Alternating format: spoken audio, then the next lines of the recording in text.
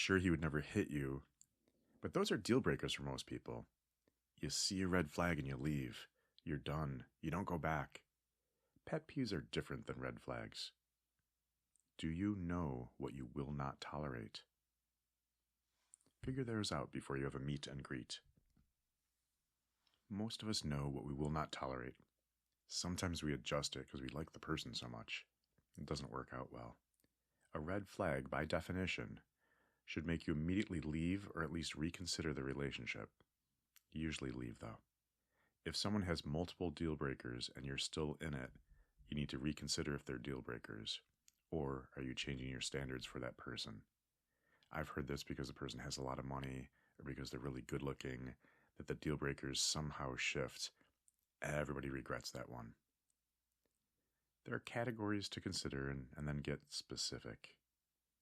And you can add to these later. Yellow flags, pet peeves. What are your pet peeves? Are they really yellow flags, meaning that a few equal a red and you need to leave? Know yourself. Be yourself. Love yourself. How well do you know yourself and what you want and do not want? Are you really, truly, honestly able to accept this person with these flags? If not, the red flags. Match.com offers these ideas. Does the person want kids? Are they a smoker? What about the weight class? Distance from you? Those are deal breakers according to Match.com, or at least you're allowed to make them deal breakers. No matter how compatible you are, a deal breaker is an agreement that you've made with yourself to leave because you know it will not work. You know it will not work. Don't go forward if you know it will not work. Why would you willingly stay in a relationship that you already know will not work? That's not your best version of you. That's not wise you talking. Many of us were taught, or are still taught, to lower our standards to attract people. The research says it does attract people, the wrong people. Low standards is not the way to go. Figure out what falls into the category of annoying or irritating pet peeves versus concerns for the relationship. Gottman talks about limiting the criticism. Others might call that choosing your battles. I am not here to change anyone. If you cannot form a relationship with them unless this thing changes, it's a deal breaker. Let's look at some red flags. Mental health. Someone's active and currently psychotic. All right, if they're managing it with medication and counseling, maybe, but if they're actively psychotic, not a good time to date. Yellow flag. Problematic thinking. Unresolved issues, making a big deal out of something that most would not. The person says, I don't like how you decorate or you don't use your silverware correctly. If that's a red flag, you got problems going into some relationships. If it's a yellow flag or pet peeve, then you can talk it through. Addiction. Example, meth addiction, heroin addiction. All right, do you rule out alcoholism, caffeine addiction? How about just somebody who drinks too much or overuses some substances? You might be okay with pot, but the person uses so much that you have concerns about it. Or, where's your cutoff? Is 4 drinks a day too much? Is it 5? Is it 6? Is it a case? Is it 1? You get to determine that. Involvement with the legal system. Hey, my parole officer says I can come out tonight, but I have to be in by 10 o'clock. Hey, you don't have to rule out somebody just because they're on parole, probation, that sort of thing. DWI, that's a little bit more common than people realize. Start thinking about pedophile, serial killer. Do you have a limit? Where is your threshold? Or the yellow flag. Are they able to abide by societal norms? That's the drug dealer, the arms dealer. They lied about something of importance on their profile. Somebody who's breaking all the rules is probably going to break the rules within the relationship. Violence and physical safety. No interpersonal violence, physical or emotional. How about threatening behaviors? Where is the threshold? And I've heard people, even with the violence and physical safety, they're okay with some, but not a lot. You determine what your deal breakers are and then stick to it, please. It gets dangerous if you don't stick to it. Emotional safety. No verbal abuse. You can actually look up different definitions of verbal abuse. The person who yells at you in public, calls you names, insults you, makes a scene. Those kind of things are pretty easy to call a deal breaker. How about the one with the lack of tact or lack of filter, or someone who doesn't have good emotional intelligence? The person who says, okay, so you travel, but you don't travel to the right places. You don't travel as much as I do. Or you use the wrong airline. Yep, those people exist. How about financial safety? I've had a number of people ask me what my credit score was, how much debt I have. I actually have a fantastic credit score. It's almost perfect. And I don't have any debt except my house at this time. And I have a kid in college. So I'm doing okay financially, but I wasn't always. My job, my career doesn't always pay as much as I would like it to pay. And there are times where you do have to go in debt if you're middle class. If you're upper middle and you're in debt, you're in trouble. If you're downright wealthy and you're in debt, that probably signifies something else. How about bankruptcy? If it's current, your house is in foreclosure. How much debt is too much? Is it student debt, car debt, house debt? What's their debt to earnings ratio? And again, are these yellow flags for you? Red flags? I used to work in a homeless shelter, and I was shocked at how many of the homeless men went out on dates. Politics. You can't be the other major party in the USA and still date successfully, is what a lot of people are saying. What it does is it tells you what their deepest values, their core values are. Are you able to hear other opinions? Go ahead and search the internet for the paradox of tolerance. It actually explains a lot. How do you handle conflict? Is it that our styles must match? We jointly agree? We do conflict from beginning to end and we're partners? How do you suss that out? How do you figure that out? Sometimes you can see it from how they treat a waitress or a waiter, their cleanliness. How do you handle conflict? Can they be kind when they're in the middle of conflict? Is it a yellow flag? How you treat a waiter or waitress for a lot of people is a yellow flag. For some, it's a red. Cleanliness. I was actually chastised. My house was too clean. I don't think it's too clean, but she did. She doesn't want to walk into some place that's museum quality. I assure you, that's probably the only human on the planet that would think that this is museum quality. Hygiene. Washing daily, daily deodorant, no body odor smells, clean clothes. Where's your hygiene? Wash your teeth, floss. Do you have to have all your teeth? What's the hygiene and what's the reason why? Some people, when they're really depressed, have a really hard time getting in the shower. Some people from different cultures have different hygiene standards. So talk about it. What's a red flag? What's a yellow flag? What's a pet peeve for you? Self-care. For some people, that truly is a deal breaker. If you have a stressful job, what are you doing towards balanced living? Does your self-care include making sure you don't have a heart attack and die or stroke out? Or is self-care more like, hey, you don't have enough time to date, why are you in the dating pool? An aversion to personal growth could be a yellow or a red flag. So the person says, I'm intimidated by you. Okay, well, at least they're owning that they're intimidated, not saying that you are intimidating and labeling you.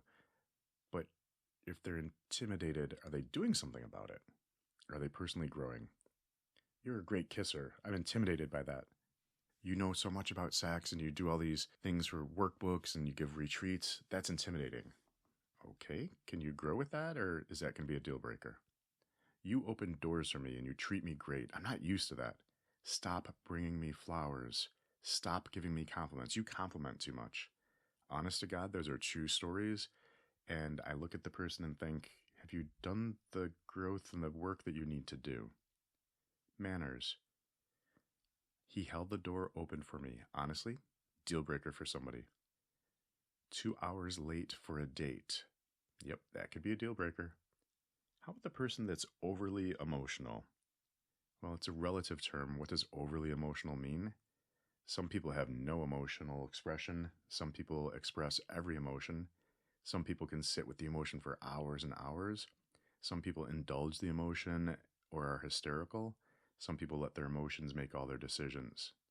So where's your level for overly emotional, and is it red, yellow, or pet peeve? Same thing for not a talker. Does the person talk? And if so, are they able to go deep?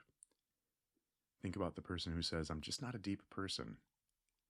Okay, is that a deal breaker? Red flag, yellow flag? How about the tact and filter?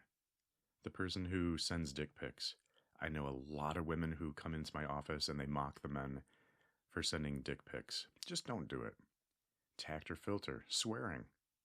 I used to have such a clean mouth, and somebody actually challenged me to drop the F-bomb 20 times a day just to get used to it so that I had more in my behavioral repertoire. So do you want somebody who never swears? Dadgummit, doggone it, that kind of stuff? Or are you looking for someone who swears, but not too much? Again, talk about what too much is. How about the person who's direct but rude versus the person who is direct and has tact versus the person who's indirect versus the person who pussyfoots around and never makes their point? How about this with the filter, the person telling you about their sex life with their previous person, giving graphic details, or talk about their ex repeatedly, but not in a way that furthers the relationship? If they're throwing their ex under the bus repeatedly or still furious with their ex, they're not done. They still have an emotional attachment. It's a negative emotional attachment, but they're not done. They haven't finished doing the work to put the past in the past. Red flags fascinate me.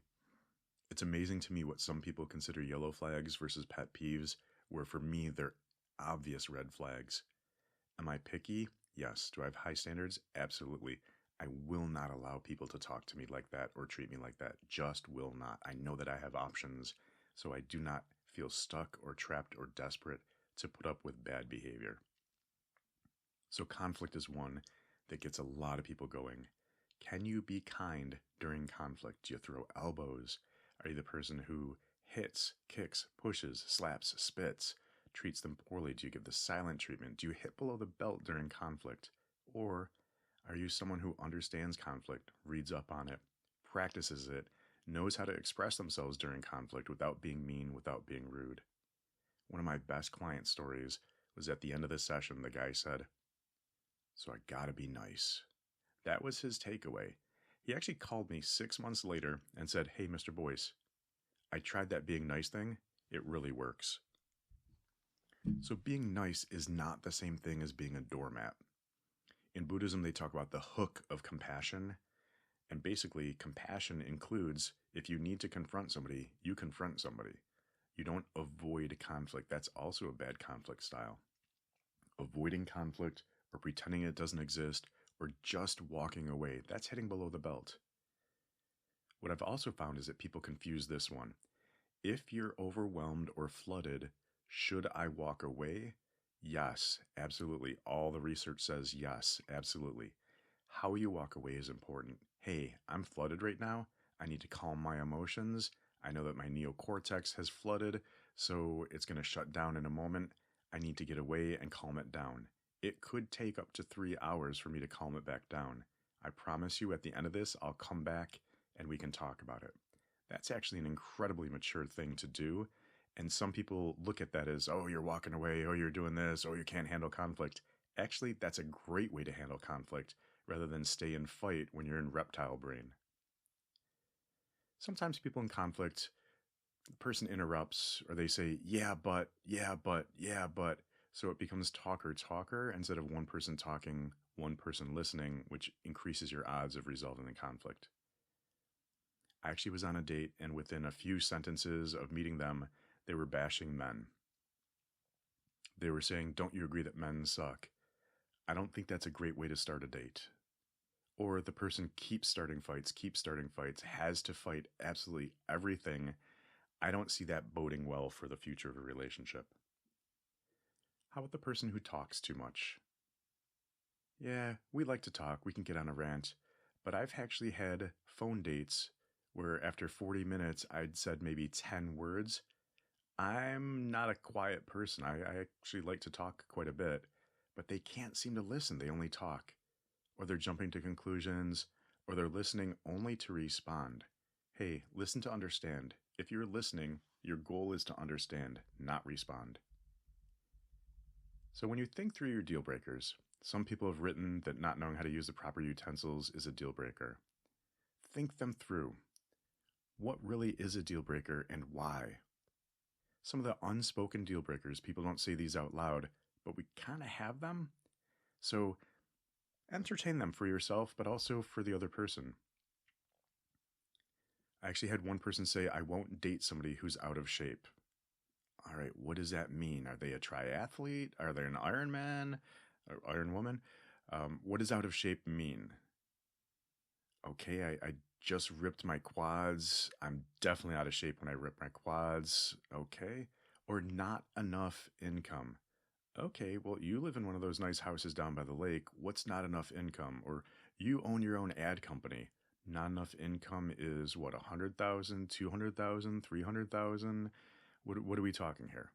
Or you have the wrong job. The career just wouldn't fit. What does that mean? Or the wrong height. A lot of women do not want to be taller than the man.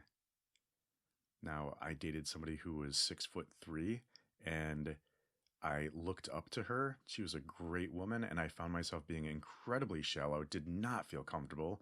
I'm about 6 foot, so I am rarely shorter than the people around me, but that was definitely a situation where I didn't feel comfortable, felt incredibly shallow, but I could not get myself comfortable in that situation. Or the wrong race. There are a lot of people who have real issues with race, or they have a fetish with race. The wrong political affiliation, and that can be within.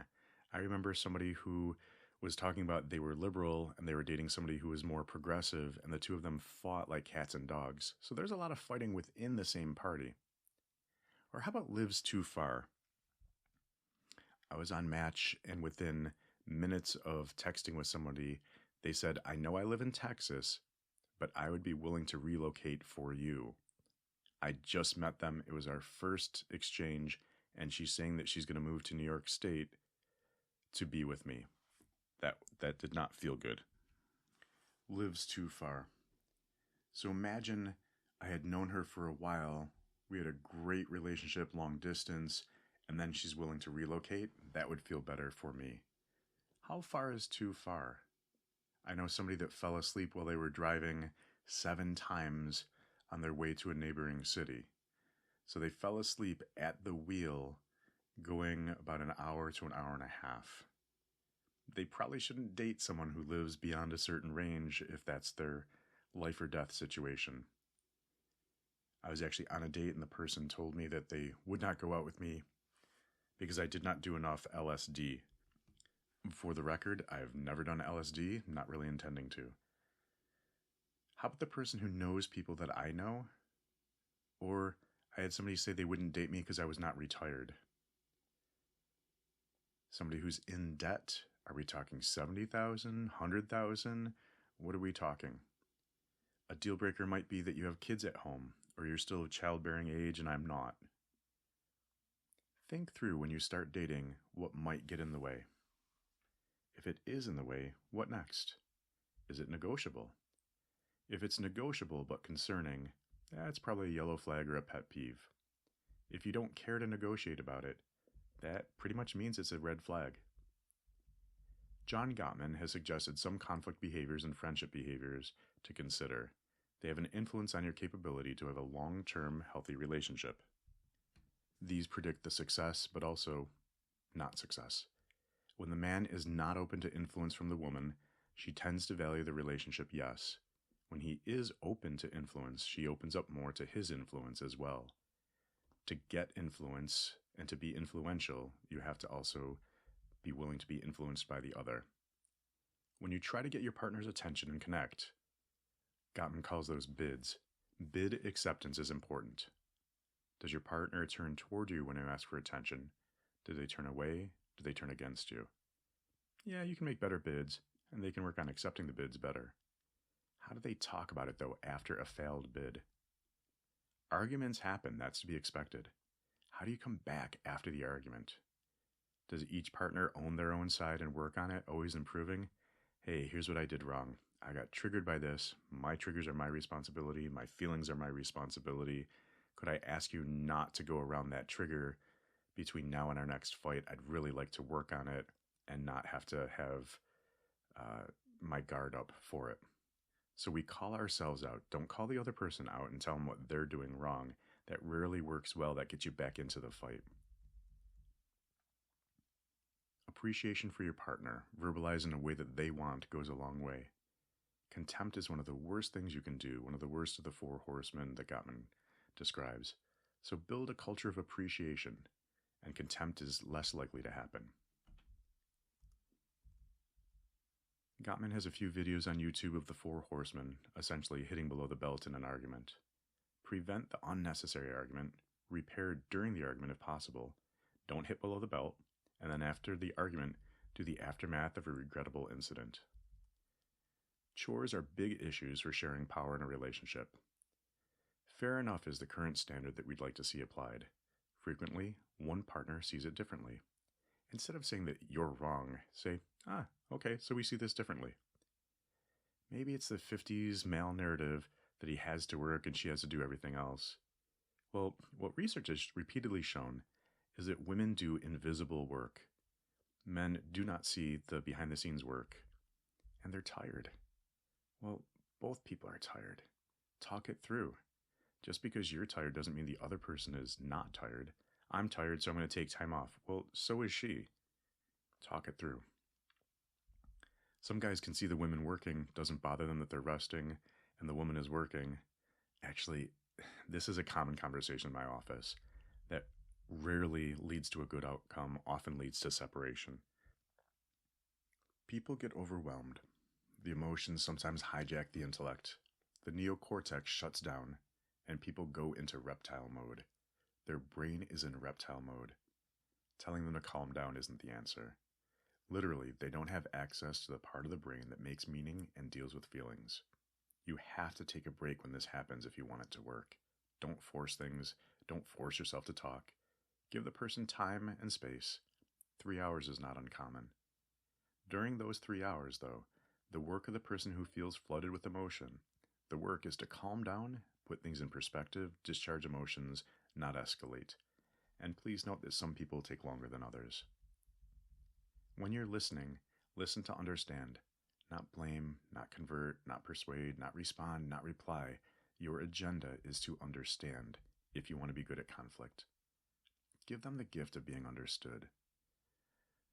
No interruption, no defensiveness, no justification, no yeah but retorts, no mind reading, no telling them what they're thinking in their own head and you know better than them what they're thinking. Emotional connection. Validation and acknowledging feelings is very helpful when you want to connect emotionally. So you clarify, you validate, you acknowledge the feelings of the person talking. Talking about feelings and expressing, not spewing, feelings can help. I feel angry when. I felt resentful when.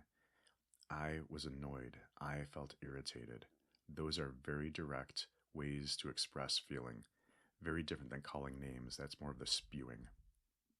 An emotional affair.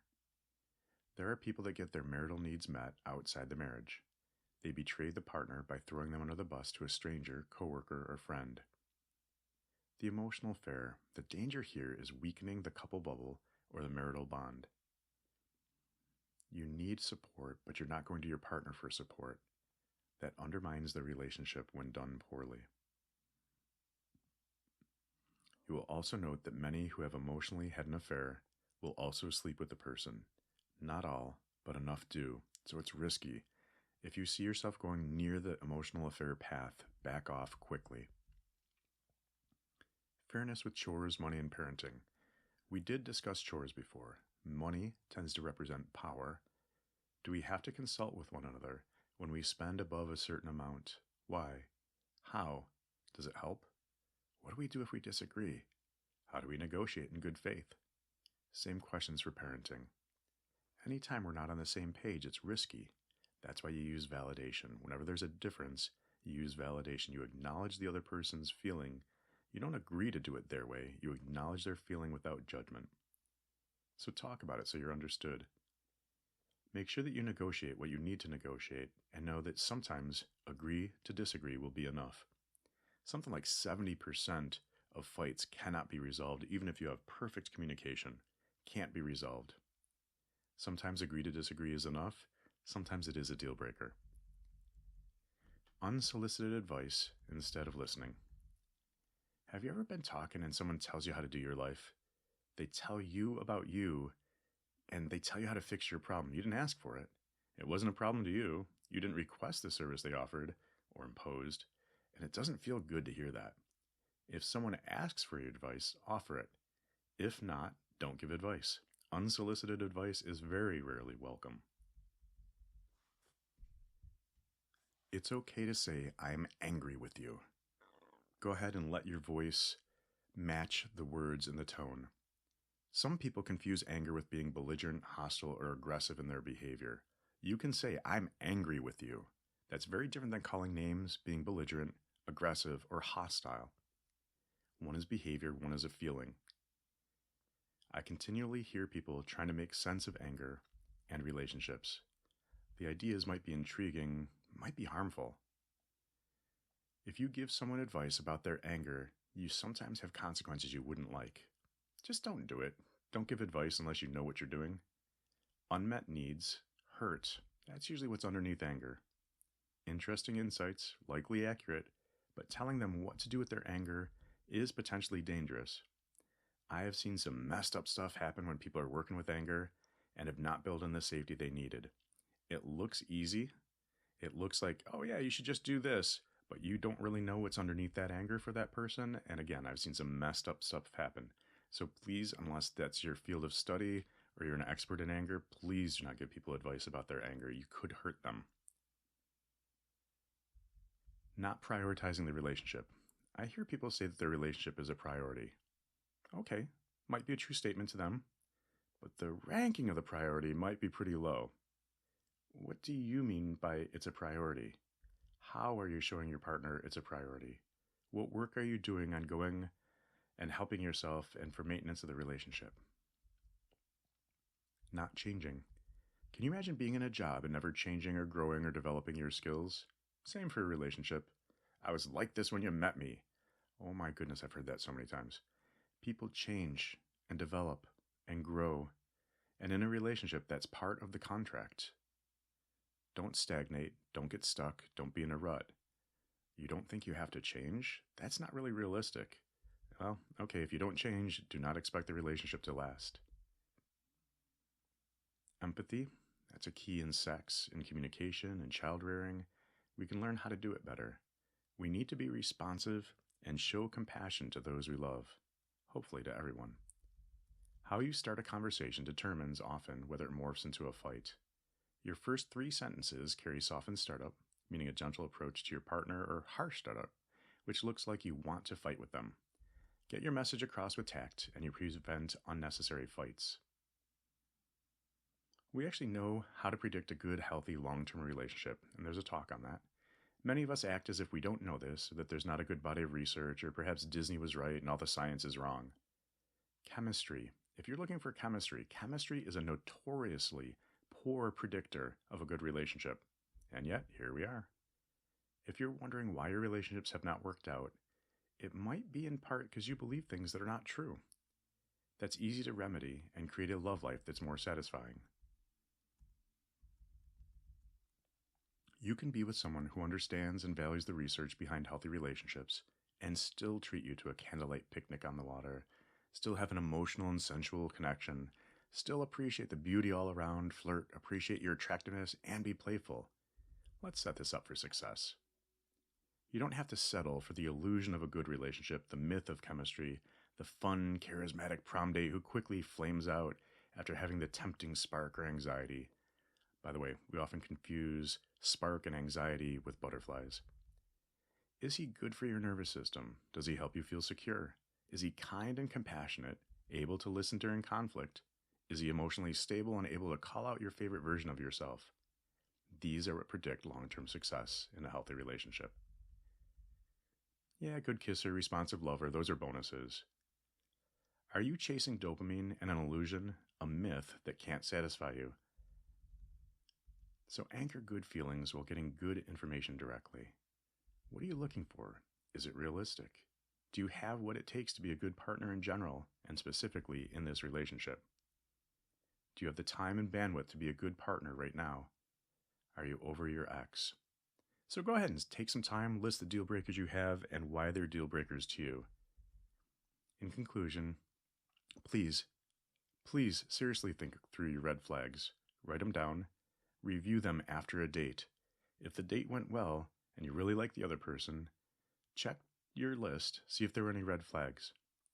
Sometimes we overlook them or have blind spots. Oh my god, she was so hot.